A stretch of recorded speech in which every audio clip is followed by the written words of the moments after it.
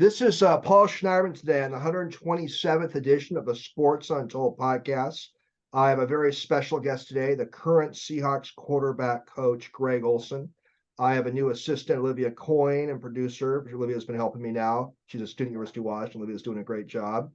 My podcast is now on Spotify, Amazon, Google, iTunes, Podbean. You'd also go to sportsuntoldpodcast.net.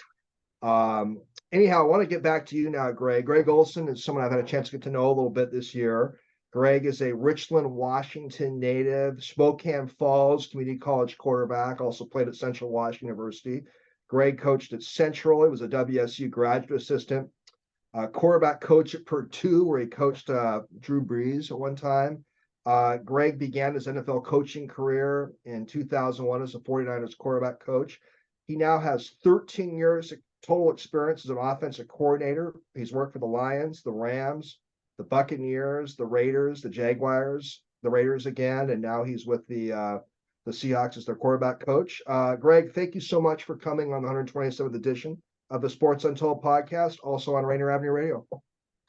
Thanks for having me, Paul. It's good to be with you. Although I will have to say, you throw out Drew Brees, but probably the most famous quarterback that got me on the road was John Kitna, who's a Washington native and played at Central Washington and had the opportunity to recruit and coach John. And really, he's the guy that put me on the map. Yeah, I'm going to ask you about your work with John Kitna. Thank you for reminding me of that. And we got a lot of questions to the audience today, Greg. You've been very generous of your time. We'll try to get you out of here in about 45 minutes. Greg, you grew up in the Tri-Cities area, Richland, and you're still very much influenced by your Tri-Cities ties. I met a couple of your friends from that area. Just tell us a little about your influences growing up, your parents and people in your community and so forth. Yeah, I was real fortunate. I think I came from a two-parent household and I had 5 siblings. There were 2 brothers and 3 sisters, but both my mom and dad were teachers, educators. My dad was my hero from a very young age. He introduced me to sports. I played baseball, I wrestled, and I played football at Richland. And he also introduced me to a lot of my activities outside of athletics, hunting and fishing. I was able to jump into that as a teenager in Eastern Washington. So, and I still have a great passion for fishing today. So I really think about, there's no bigger hero in my life than my dad, who unfortunately passed away 6 years ago. But, he was just a hero and bigger than life. And again, I can remember so many times when I was in grade school, going up to the high school and waiting for him to finish with wrestling practice or football practice and riding home with them every day. So all I ever wanted to be in my life was my dad. I thought if I'd be my dad, I'd be a happy man. And so he really had a huge influence on me growing up and again, in the whole sports world, and very fortunate that way, and fortunate to have a very supportive mother as well, who's still alive. Both my parents were Western Washington natives. My mom grew up in Bellevue, and my dad grew up in a dairy farm in Monroe. So we got to, and I was from the Tri-Cities, so we would swing over in the summer times, and we would work the farm in Monroe and bale hay and work on the farm. And then my mother's parents owned a bakery in Bellevue, so we spent half the summers in Bellevue and half the summers in Monroe. So really fortunate to have the upbringing that I did, and 2 great, very supportive parents. And again, both of them were educators, so education was real important in the family. So I was real lucky that way. Great upbringing. I'm going to share a little secret with the listeners. Greg just got off the phone with his mother right before this podcast started. So yeah, I did. And she reminded me that she was a Seafair princess back in 1951. I think it was the 2nd year of Seafair when they were running the hydroplane races. And so she was part of that whole Seafair celebration. So very proud Bellevue native. Love it. Love it. My mother was on the Seafair court too at one time. So nice. Love it. Love it. Greg, you played community college football at Spokane Falls, and you played at Central Washington. Was there any point, Greg, in your college football career where you thought you were going to become a long-time NFL assistant? Did you see it coming earlier in your college football career? No, as I told you, Paul, all I ever wanted to do was follow my dad's footsteps. I kind of when I got to Central Washington, I was surrounded by great coaches all the way through my whole experience in the state of Washington, from high school to, my high school coach, J.D. Covington. And he had an assistant named Lonnie Pearson who took over when J.D. retired. We had a real successful program.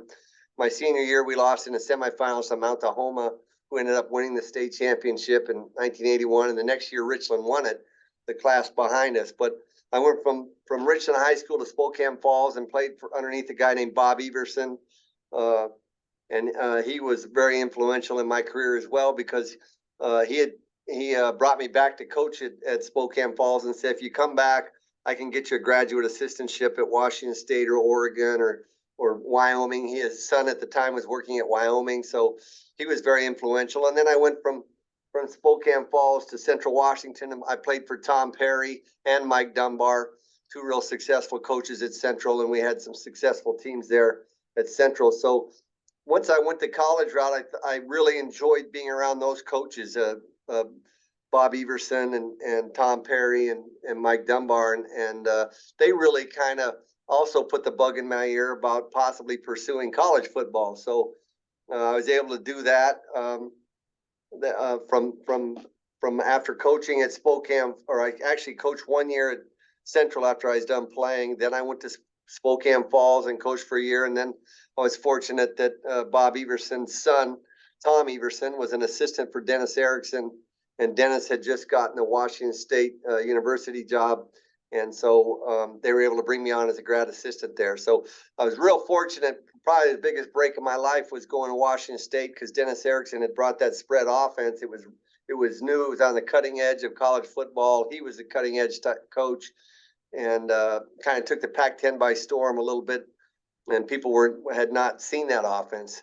And so we were ahead of the curve a little bit offensively, and that had a huge influence and impact on me and my coaching philosophy and offensive philosophy. So real fortunate to be around two great minds, and Dennis Erickson and Mike Price, who kind of were the pioneers in that spread offense, that in terms of, being on the West Coast. And, both of them were able to, really parlay that into two big time jobs in University of Miami and University of Alabama. So I was lucky. I just feel fortunate. I pinch myself every day that I was fortunate enough to go to Washington State with both of those guys. Sort of catapulted your career going to Washington State and coaching, and what a journey you had. There's a lot of questions I've got from listeners today. I put up a social media announcement with a lot of my interviews, and I like to get feedback from listeners. And I guess my podcast is a little different than some other podcasts that way.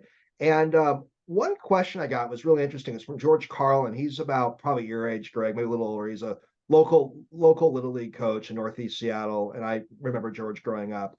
And George has a really interesting question. He's interested in knowing what you believe is the greatest growth in a quarterback. Is it from junior high to high school, from high school to college, or from college to NFL, and why?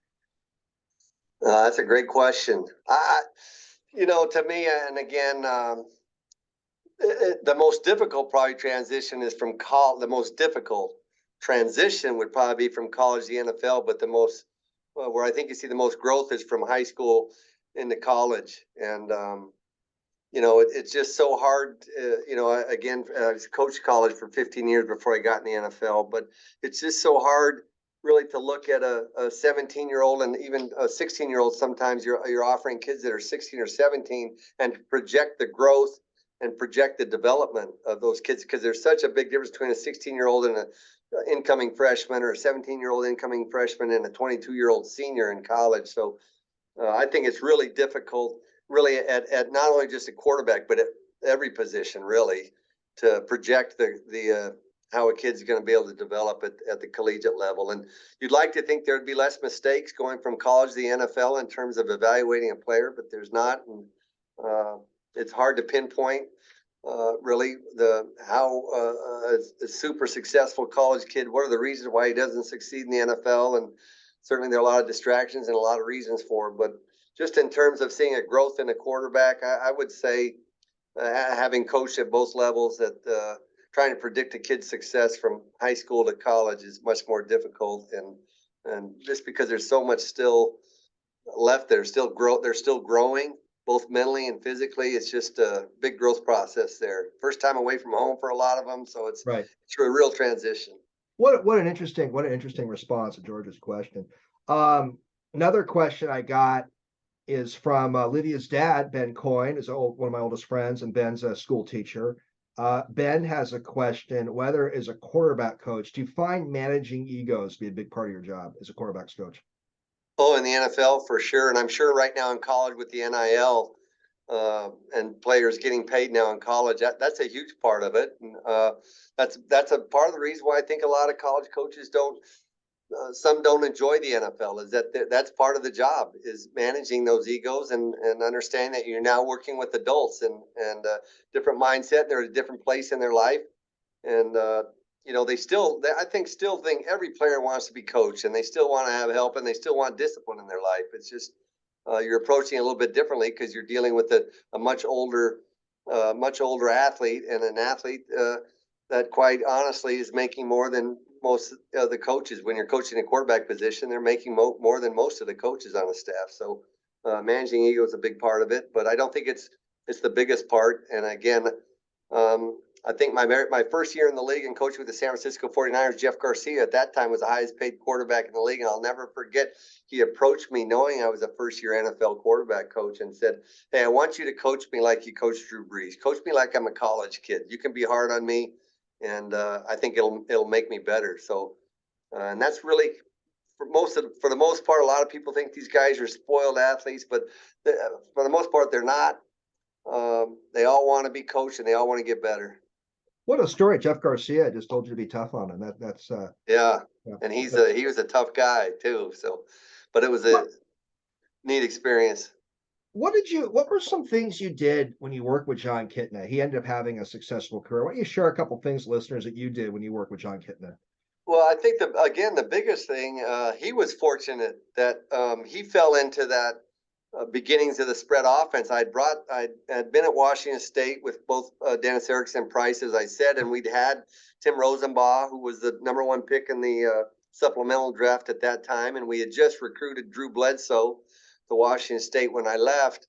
But I was part of that recruiting process with Drew. So, but I had obviously studied under those two head coaches and had learned the one back spread offense. So I brought that to Central Washington and with Mike Dunbar, and he agreed to let me implement the offense as the offensive coordinator. And that also happened to be the same season that John came in as a freshman. So he was able to be in on the front end as a quarterback in that offense, and he threw for a lot of yards at the time. I think when he graduated, I think he may have been the number 2 all-time quarterback in all of college football at any level, Division NAI, Division II, Division 1A.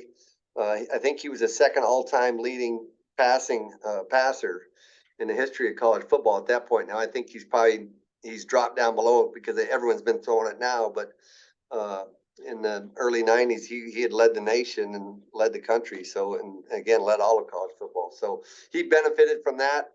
Very smart guy. He was a math major, super intellectual, but also he came in weighing 160 pounds and left at probably 215. So he put on a lot of good weight. He worked really hard to get where he was at.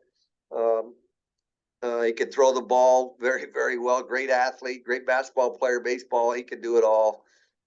He was a fun guy to coach, but you know, he worked hard at it, and again, he benefited from that spread offense. Greg, I think when I saw you recently, I mentioned it. It always fascinated me and many fans that John Kitna was teaching high school math and got called to be an NFL quarterback. It's quite a story, isn't it? Yeah, it's a great story, and that's thankfully he was fortunate. Again, the Dennis Erickson connection. Being a Washington guy and Dennis getting the Seahawks job got him a foot in the door into the NFL. But also, what helped him a lot was the World Football League, and that's unfortunate for a lot of good college football players that are playing today that there's not leagues like that. I know certainly the USFL is playing right now, and we've seen some arena football leagues take shape, but that was a legitimate league, the World Football League, and a lot of good quarterbacks got their starts over there, especially for quarterbacks, the chance to develop because, at this level right now, the backups don't get a lot of reps in practice or in the springtime, and it's difficult to to develop as a backup in the NFL right now, because they've cut back so much on practice times and the amount of times you can spend with these players. So he was fortunate that he got a chance, got an opportunity in the World League, and made the most of that opportunity. Became a great player in the World League, and turned it into a great career in the NFL. So real happy for him. Greg, one listener had a question about if you have any thoughts on the that old school Central Washington versus Eastern Washington rivalry. Do you have any memories of that one? So that was before me. We were NAI when I was there, so Eastern had already jumped up to 1AA. But Okay. we played them. My senior year, we played 1984. Played Eastern Washington. We gotten beat, but two really great programs in their own right. Both of them very successful. Both Central and Eastern have had a lot of success. So it's great. It says a lot about the state of high school football in the state of Washington. Greg, you have two kids who are now NCAA athletes, and you have the unique background of being a college athlete yourself and coaching college football and coach NFL. You obviously have so much more knowledge about the whole process a lot of other parents have. What general advice do you give to parents who don't have like the knowledge base that your family has about how to handle the recruiting process and all that kind of stuff? Do you just any general tips you can share with people? Yeah, I wish there were more at the high school level, more resources there for parents to go to. But the best advice I would say is to communicate with the coaches at whatever sport your son or daughter is playing. Is do your best to communicate with the coaches and on when they should be taking the SAT or ACT tests, and when at what time of the year those tests are, and how many whether or not they should be going to camps, and which camps are the better camps around the state or around the nation. But I think you can get a lot of information from the high school coaches themselves, and it's just a matter of communication with those coaches. I Just was seems like an fortunate, overwhelming. I was Just fortunate. I married my wife was a coach as well as you. My wife was a coach at.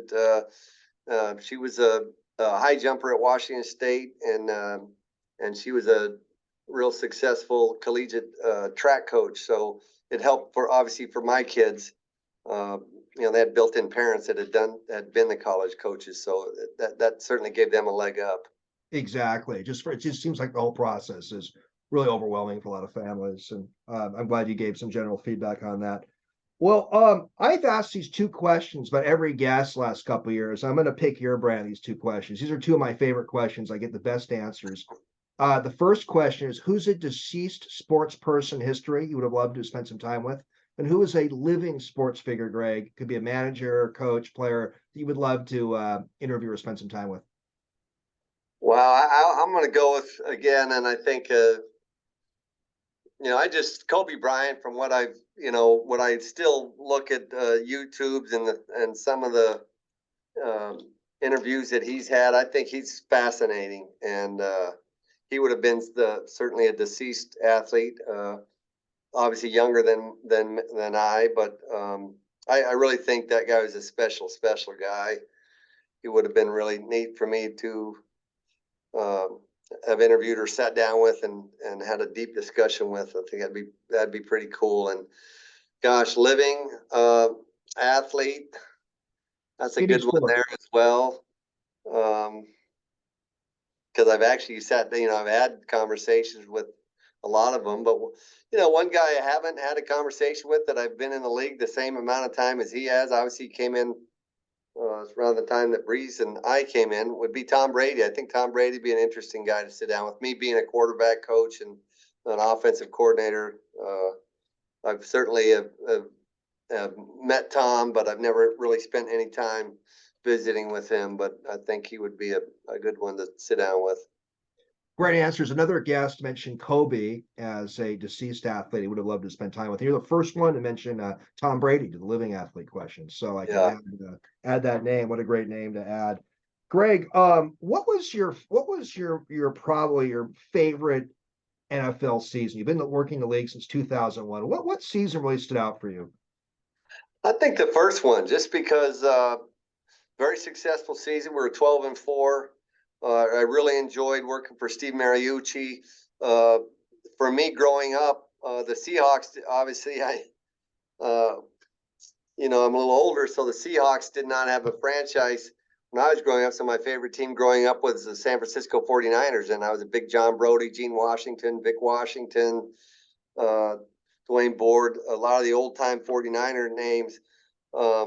I grew up watching, and I got the opportunity to coach there. My first job in the NFL was with the 49ers. And, the first days I was there, I got to meet Bill Walsh, and Tom Rathman was the running back coach at the time. So it was just really a great experience for me that first year. Again, with Steve Mariucci and the coaching staff, and the Jeff Garcia, who's became a very close friend, a good friend of mine still today.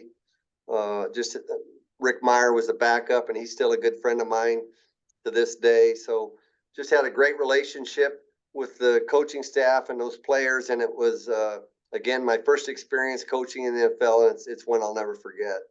2001, that was the year of 9/11 too. There was a lot going That was on. 9/11. Yeah. Yeah. There's a lot of, yeah, that was certainly a difficult season. And we were the first game we were the first game to play in New York after 9/11. We played a Monday night game against the Giants, the first game back in New York. So there's a lot of security, and it was a number that I was, unfortunately, I didn't get to go down to Ground Zero, but a number of the players and coaches were able to go down there and visit the site. So that first year was probably your most memorable one as NFL coach. Interesting answer. Greg, who's a player? I know there's so many you worked with. Who is a player who maybe isn't the greatest player ever, but someone who really enjoyed working with and watching improve? Who was one that stood out that way? You can't do that to me, because there's so many of them that I have such fond memories of, and I enjoy. Every one of them's different. I always tell players I don't like to compare players. People always ask me to compare this guy to someone else, or compare this player to this. They're all unique in their own way. They all have special talents, special character traits. But I've enjoyed. Again, I pinch myself every day. I'm doing something that I love. It's a childhood sport to me, but I still every day. The guys that I've worked with have been phenomenal in terms of the character and attitude and work ethic that they brought. So I've really enjoyed a lot of different players. I really couldn't single out many, but I've enjoyed all of them. And again, I've certainly coached someone like Drew Brees, who was one of the best to ever play the game. But I enjoyed coaching him at Division I Purdue every bit as much as I enjoyed coaching Bo Baldwin, who was John Kitna's backup at Central, and ended up going on to have a successful college career coaching at Eastern Washington. And, he's now the offensive coordinator at Arizona State University. But he was I enjoyed coaching him every bit as much as I've enjoyed coaching these NFL players. Love it. Greg, let me back up for a second just about the whole college selection process.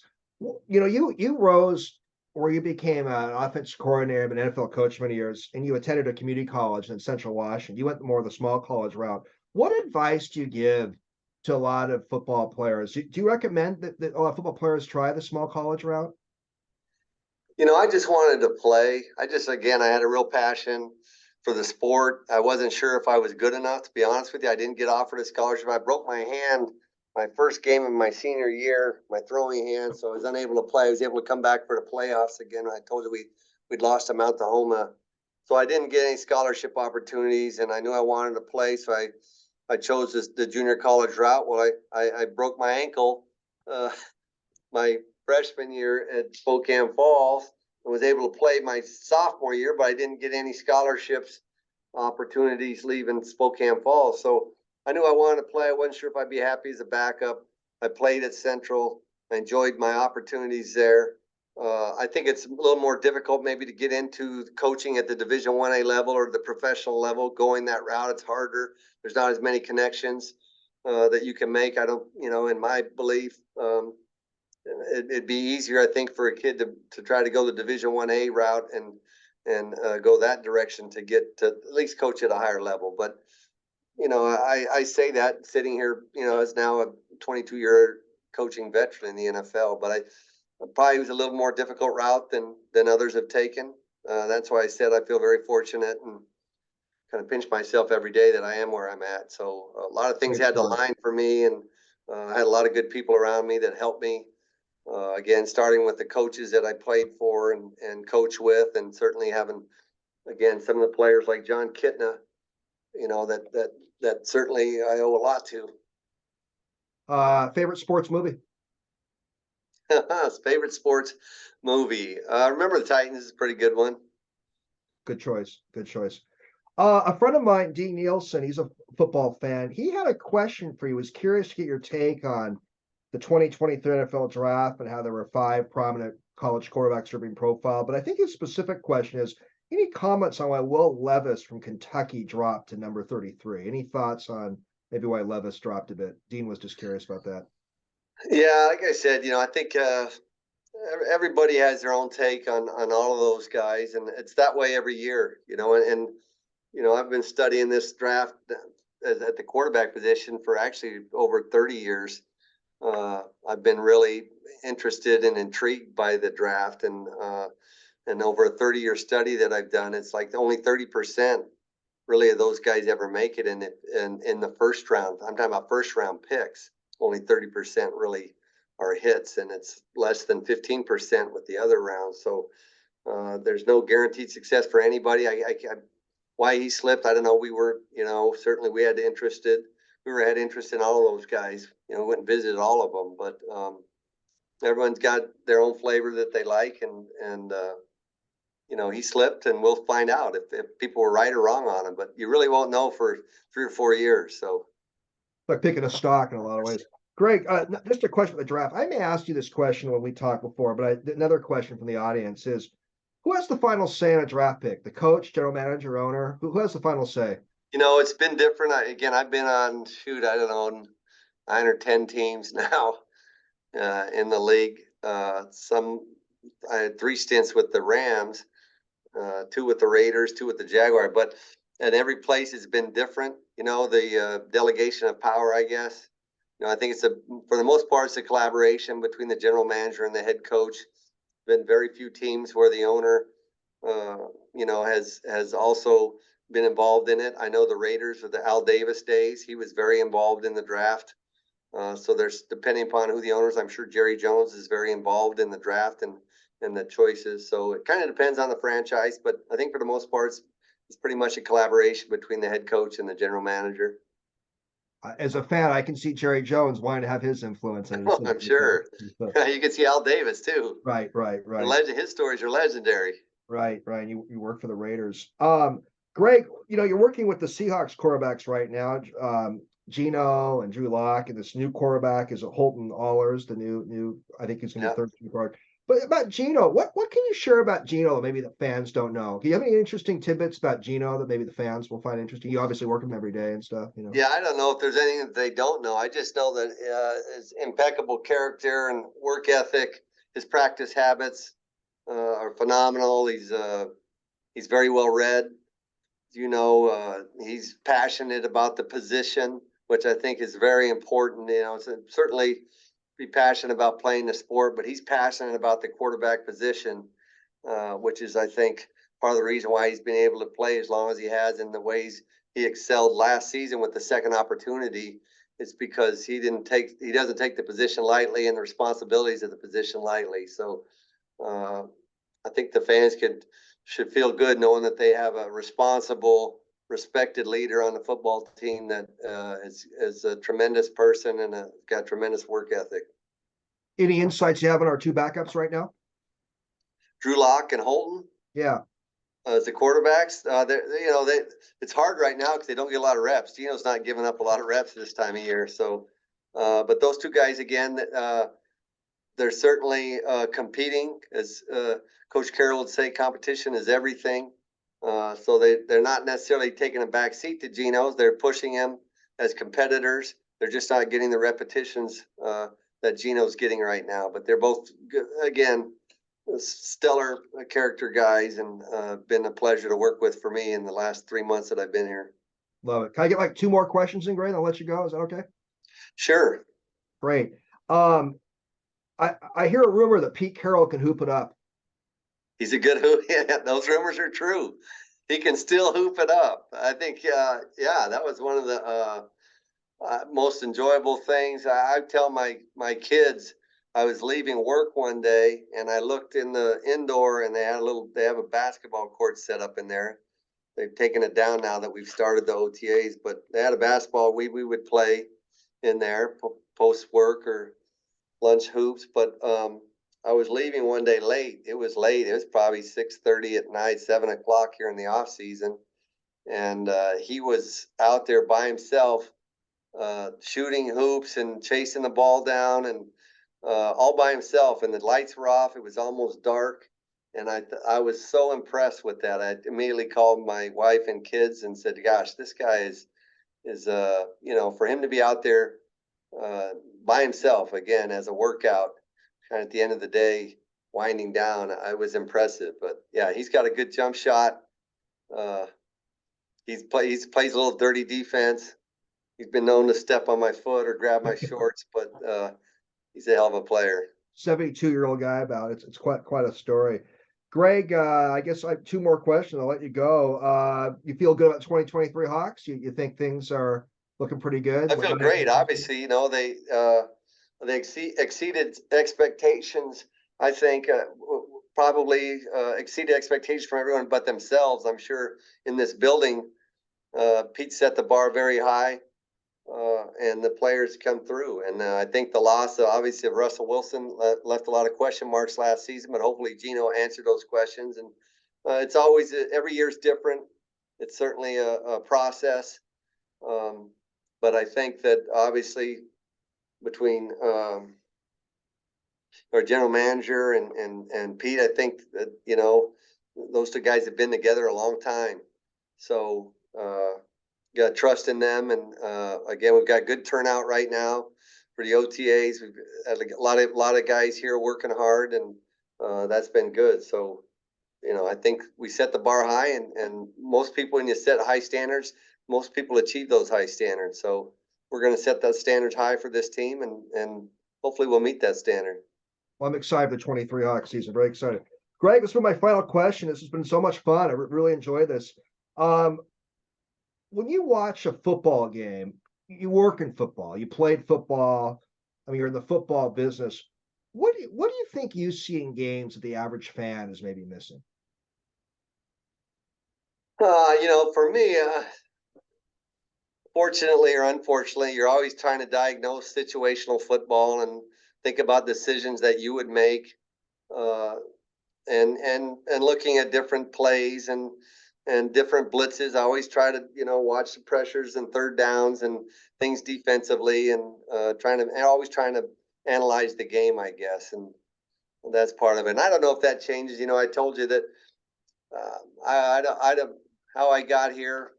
Again, I had a lot of things that went my way to get to this level. But I would have coached high school football, and I think been a real happy man. My dad, before he died, I remember he had told my son, he said, I never had a bad day, in my life as a teacher. And I thought, man, I don't know if I could say that even in what I'm doing. And I love what I do, but he really enjoyed coaching the high school level. And again, he coached all different sports. He coached women's softball. And I look at a number of guys that, I told you, when I got out when I was coaching at Central, and I coached at the University of Idaho. So I recruited this area, the Seattle area, and made a lot of great friendships. I was really close, to be honest with you, until I got my break and going to the University of Idaho. I thought, I'm going to go, maybe I'll coach high school football. I'll get with Monty Kohler over at O'Day, or Bob Lucy at Curtis, and Jerry Parrish and Sid Ott and Terry Annis. There's a bunch of guys that were over here on the west side of the state. Mike Heward. I think of all these guys, Tom Ingles, Steve Jervis, there's Gig Harbor. Marty Osborne was a teammate of mine at Central, and he had a great career at Kent Ridge. So there are just so many different high school coaches that love the sport and love the game. And I would go and watch those games and recruit those players that they had. And I really enjoyed that part. A lot of guys get out of college football because they don't enjoy the recruiting aspect of it. And I always told people that's not the reason why I got out. I kind of fell into the NFL, but I enjoyed recruiting to high schools because of my dad and I got an older brother, and Mark, he was a high school assistant football coach, and I enjoyed making those relationships with these coaches and high school coaches because again, that's what I was going to be. So I guess I look at these games? I look at them because I love seeing kids. I love seeing the passion on high school kids. They're out there. They're playing because of the joy of the game, not because they're getting paid to play. They love the game, and you can see that in high school football. And that's what's neat about high school football is that the kids are out there because they just love the sport. And I've always loved that about watching high school football. So unfortunately, I've become too much of a coach where I start watching too much of the X's and O's and the execution instead of just watching how much the enjoyment brings to those kids that are out there playing. Great, Greg. Well, so much fun. Thank you so much for coming on the 127th edition of the Sports Untold podcast. What a great chat, and I'll see you soon. All right, Paul. Thank you for having me. Thank you, Greg. Enjoyed it very much. Thanks. All right. Take care. You too.